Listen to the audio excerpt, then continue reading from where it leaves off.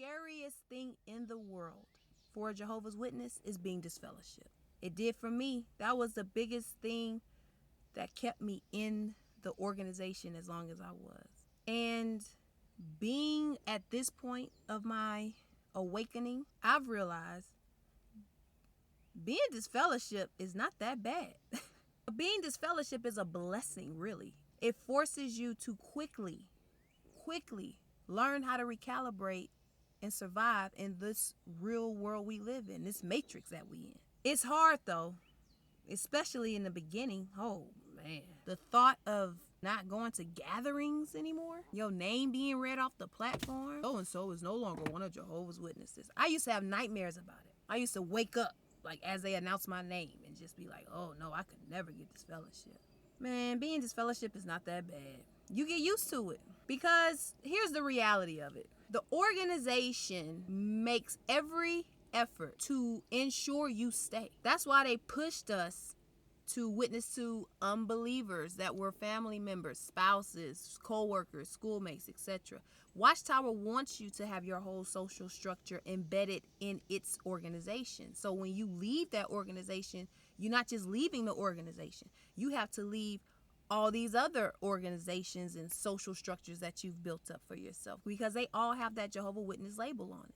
And when you don't wear that label anymore, you lose everything that comes with it. It's a false perceived benefit that Watchtower has embedded in Jehovah's Witnesses' mind. Like, oh, it's also beneficial for you to be a Jehovah's Witness because you get to keep your family structure. But here's the truth about it. When friends and family don't want to talk to you, it's because they don't want to talk to you. We can't keep blaming Watchtower for 100% of everything. Watchtower is certainly responsible. They're vastly responsible, but they're not 100% responsible. That's just the truth as I've seen it.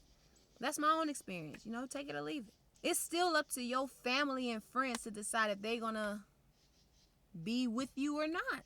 I look at it now like, if you keep associating anyway with your cult family members, y'all got to understand that they're in a cult. You don't even know who your mom and your dad and your siblings and your friends really are, because they in a cult. They're not thinking for themselves. They're not being creative. They're not really being themselves. So you're not really missing out on a relationship when you get disfellowship. You're just being thrown into reality to realize who's really for you anyway. If your people really for you, they don't care what some little tired brother on a podium with a tired ass suit say about you. They gonna still rock with you. If they choose not to do that, yes, they are conditioned. Yes, they are under cult mind control. And at the same time, they're making their own personal decision to not talk to you, not be a part of your life. Who needs that type of energy in their life? It helps you grow up quicker being disfellowshipped. You grow the fuck up and realize what relationships are really supposed to be. They're supposed to be built on who you are. And what we believe is hugely what we are. But those beliefs can and should change as we mature. People who understand that are still going to be in your corner regardless of what anybody else say. Being disfellowshipped forces you to wake up from this dream the fastest. A part of me thinks, this is just my opinion, if I was disfellowshipped, I probably would have gotten along better in life quicker. Because technically, I'm not even disassociated yet. I'm still one of Jehovah's Witnesses. Y'all want to come at me, Tony, y'all? JW.org for life. For life. But I am going to write a new disassociation letter and make sure I send it to my overseer and tell him I need you to read my name off. I do not want that label anymore. I am not one of Jehovah's Witnesses. I ain't witnesses for nobody. I'm not a witness for nobody except myself. I advocate for myself, and I help people along the way when and if I can. And that's something that being disfellowship helps you realize quick. You really never had nobody in your corner anyway. It was all based off of conditions of you being in the same dumbass cult that they in. Who wants that? I'm telling you, I was so afraid of just not having a social structure, not having a bunch of people around me talking about what they believe and how they feel. That has helped me the most. It's a blessing. Like, cut off all that chatter. Forget what your people, them say, your friends say. You know what's the right thing to do for your life. They are not going to agree with you. Why do you need their company? You don't. The less company you have from them, the quicker you're able to wake up from the illusion. Disfellowshipping is a blessing in disguise. Don't be afraid of it. It gives you a default reason to not talk to people who want other people to control their life. That's how you got to think about it. Even if it is your family, they want think about it. These people you love so much only want their lives to be controlled by other people. That is where their mind is at. If it wasn't there, they wouldn't be in a cult. Okay? They would be like, I'm going to make my own decisions and do what I want to do. That's the decision you have made. Why would you want to associate with anybody who thinks totally opposite of that? No, I want a shadowy group of people to tell me what to do with my body, how to eat, how to spend my time, who to marry, how to have sex, if I should have sex, what medical procedures I could take. Like, you want somebody else to tell you all of that? I don't need anybody in my life like that. I only want to be associated with other free thinkers, other people who have confidence in themselves, other people who are determined to figure out what's really going on despite what everybody else say. That's the only people I want in my circle. Y'all can believe what y'all want to believe. I'm going to believe what I want to believe. And if you don't want to talk to me because of what I believe, fine. That's how it really works. People don't have to mess with you. People don't got to be in your corner to support you. People don't have to love you, encourage you. People don't have to do none of that. Everybody is on their own path. And when you get this fellowship, you realize that quick. It starts to put things in perspective for you. But the initial shock of it is hard. It is so hard. You're heartbroken. Again, you already heartbroken because you realize you was in a cult. All this stuff is a lie. And then you add another layer of disappointment and heartbreak because it's like your friends and family don't even, who do you talk to? Who do you go to? You can't pray. Who do you pray to? You can't talk to your mama. She's still a regular pioneer. She ain't trying to hear none of that. Your friends, oh, you just evil all of a sudden because you just don't want to believe in a group of old white guys going up to heaven to be superheroes. Like you're the crazy one. And you want to keep listening and associating to people like that. It's false. It's fake. It's an illusion. Friends and family are the people that you resonate and relate to. If your beliefs have changed, it's time to get it's time to start building a new social structure of like-minded individuals that love and support you for who you are. When you're a Jehovah's Witness, you don't have that. You never had that. You had the illusion of that, but you never had that. They only loved and liked you and dealt with you because you was dressing up, going to the Kingdom Hall, and saying the same bullshit that they were saying. Don't be afraid of being disfellowshipped. Just understand the process. It's going to be a heartbreak. You're gonna be very emotional. Your mind will be in 1,000 different places. Oh, you'll just feel lonely. You'll just feel lonely. And everything will just be a blur of darkness that you cannot figure out. Your emotions, you can't figure it out. How you're thinking, you can't figure it out. Why it seems like the whole world is against you, you won't be able to figure it out. Why you can't get your stuff together, a routine down, you won't be able to figure that out. You'll be all over the place. You don't know what goals to place in front of yourself. It's crazy.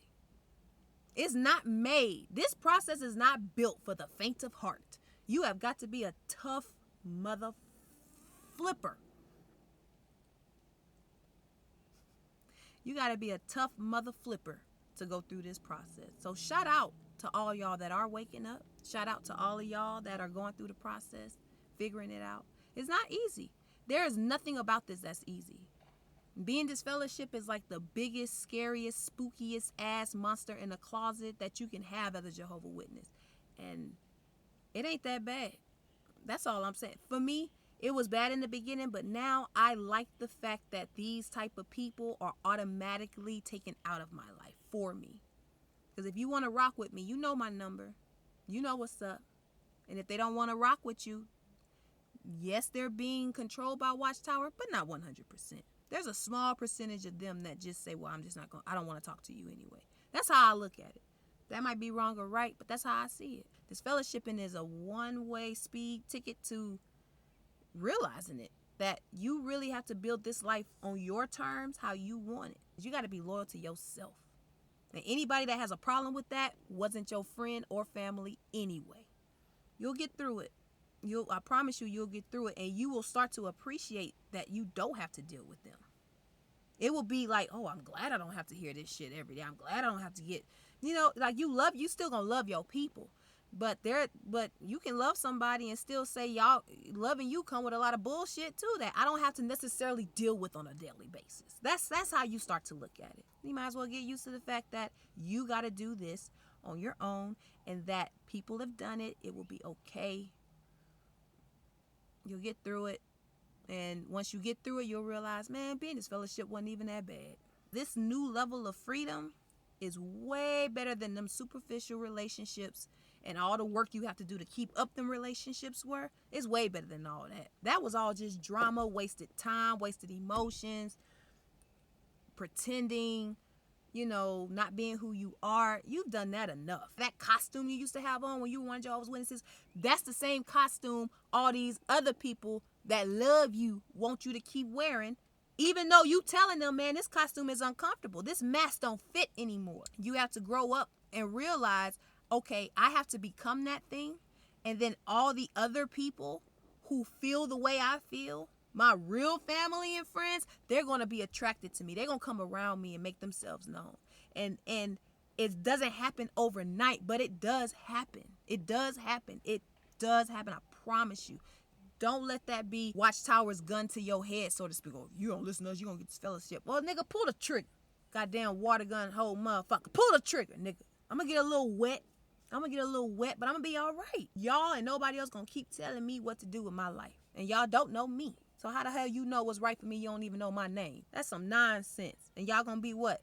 Superheroes? Get the fuck out of here with your crazy ass. You might be a superhero, but you ain't my superhero. I ain't waiting on Tony to get reincarnated into a spirit being so he can keep telling me what to do in the new system for that. Oh, fuck that belief. If my mama, parents, family, whoever want to keep believing that, then cool. We not meant to be in each other's lives then. There's a certain emotional death that has to come when you start waking up and the people you love don't.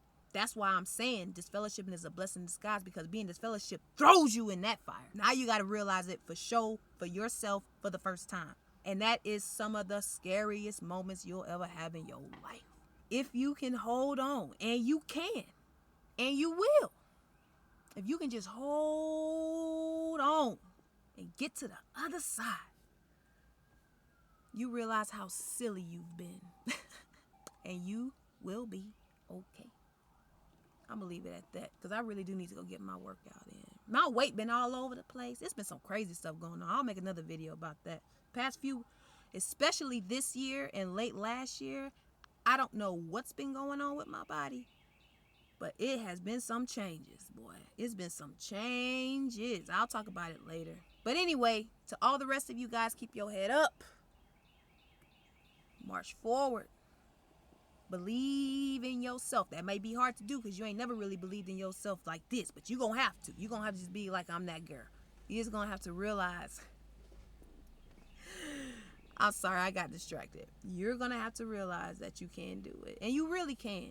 I didn't think I could. There were moments I was like, yo, just take me out. I'm ready to go.